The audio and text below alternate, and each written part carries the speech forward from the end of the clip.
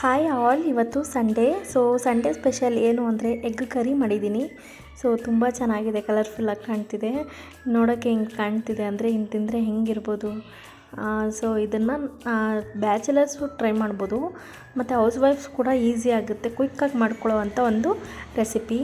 ಇದಕ್ಕೆ ಏನೇನು ಇಂಗ್ರೀಡಿಯೆಂಟ್ಸ್ ಹಾಕ್ತೀವಿ ಅಂತ ನೋಡ್ಕೊಳ್ಳೋಣ ಬನ್ನಿ. ಇದಕ್ಕೆ ಬೇಕಾಗಿರುವಂಥದ್ದು 2 ದಪ್ಪದ ಈರುಳ್ಳಿ, 4 ಟೊಮಾಟೊ, 10 ಬ್ಯಾಡಿಗೆ, ಶುಂಠಿ ಒಂದು ಸ್ವಲ್ಪ, 4 ಬೆಳ್ಳುಳ್ಳಿ, ಇದಕ್ಕೆ ನಾನು ಚಕ್ಕೆ, ಲವಂಗ, ಏಲಕ್ಕಿ ಹಾಕ್ಕೊತಾ ಇದ್ದೀನಿ. ಲವಂಗ ಒಂದು 4 ಹಾಕ್ಕೊಳ್ಳಿ, ಚಕ್ಕೆ ಒಂದು 2 ಹಾಕ್ಕೊಳ್ಳಿ ಸಣ್ಣ ಸಣ್ಣದ್ದು. ಅದಾದ ನಂತರ ಏಲಕ್ಕಿ ಒಂದು 2-3 ಹಾಕ್ಕೊಳ್ಳಿ. ಹಾಕ್ಕೊಂಡಿದ್ದಾದಮೇಲೆ ಈಗ ನಾನು ಬಾಣಲಿಗೆ ಎಣ್ಣೆ ಹಾಕ್ಕೊತಾ ಇದ್ದೀನಿ. ಎಣ್ಣೆ ಹಾಕಿದಾದ್ಮೇಲೆ ಈರುಳ್ಳಿ, ಬೆಳ್ಳುಳ್ಳಿ, ಶುಂಠಿ, ಚಕ್ಕೆ, ಲವಂಗ, ಏಲಕ್ಕಿ, ಬ್ಯಾಡಿಗೆ, ಟೊಮಾಟೊ ಎಲ್ಲ ಸೇರಿಸ್ಕೊಂಡು ಚೆನ್ನಾಗಿ ಫ್ರೈ ಮಾಡ್ಕೊತಾ ಇದ್ದೀನಿ. ಇದು ಯಾವ ಥರ ಫ್ರೈ ಆಗಬೇಕು ಅಂದರೆ ಗೋಲ್ಡನ್ ಕಲರ್ ಬರೋ ಗಂಟ ಫ್ರೈ ಆಗಬೇಕು. ಅಷ್ಟು ಗಂಟ ನಾವು ಚೆನ್ನಾಗಿ ಬೇಯಿಸ್ತಾನೆ ಇರಬೇಕು.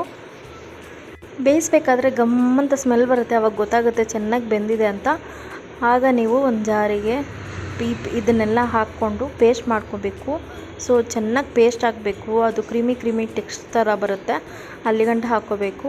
ನಾನು ಇದಕ್ಕೆ ನೀರು ಆ್ಯಡ್ ಮಾಡ್ಕೊತಾ ಇಲ್ಲ, ಯಾಕಂದರೆ ನನಗೆ ಇದು ಕ್ರೀಮಿ ಟೆಕ್ಸ್ಚರ್ ಬರಬೇಕು, ಅದಕ್ಕೋಸ್ಕರ ಮೊಸರನ್ನ ಹಾಕ್ತಾಯಿದ್ದೀನಿ.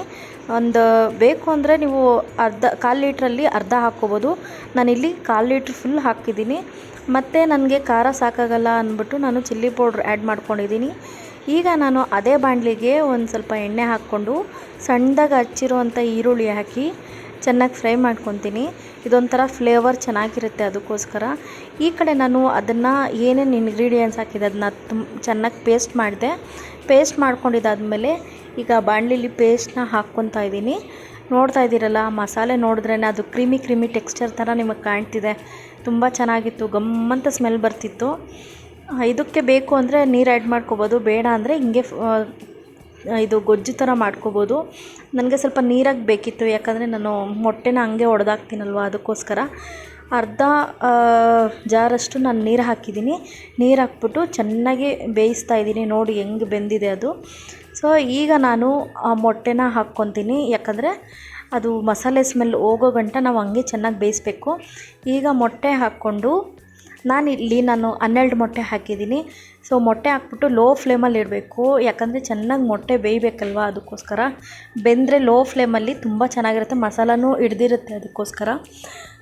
ಅದಕ್ಕೆ ಯಾವಾಗ ಮಸಾಲ ಹಿಡಿಯುತ್ತೆ ನೋಡಿ, ಆವಾಗ ಅದು ಎಗ್ ಕರಿ ಆಗಿದೆ ಅಂತ ಅರ್ಥ. ತುಂಬ ಚೆನ್ನಾಗಿತ್ತು, ಟೇಸ್ಟಿಯಾಗಿತ್ತು. ನಾನು ಟ್ರೈ ಮಾಡಿದೆ, ನೀವು ಟ್ರೈ ಮಾಡಿ ಮನೇಲಿ. ಇದಕ್ಕೆ ಚಪಾತಿ, ರೈಸ್, ಮುದ್ದೆ, ಗೀ ರೈಸ್ ಎಲ್ಲ ಮಾಡ್ಕೊಂಡು ತಿನ್ಬೋದು, ಮತ್ತು ಪೂರಿ ಕೂಡ ಮಾಡ್ಕೋಬೋದು. ತುಂಬ ಚೆನ್ನಾಗಿತ್ತು, ಕ್ರೀಮಿ ಟೆಕ್ಸ್ಚರ್ ಇತ್ತು. ಹೋಟ್ಲಲ್ಲಿ ಏನು ತಿಂತೀರ ಅದಕ್ಕಿಂತ ಸಕ್ಕತ್ತಾಗೇ ಇತ್ತು. ನೀವು ಒಂದ್ಸರಿ ಮನೇಲಿ ಟ್ರೈ ಮಾಡಿ ನೋಡಿ. ಇಷ್ಟ ಆಗಿದ್ದಲ್ಲಿ ಕಮೆಂಟ್ ಮಾಡಿ, ಲೈಕ್ ಮಾಡಿ, ಶೇರ್ ಮಾಡಿ. Thank you so much.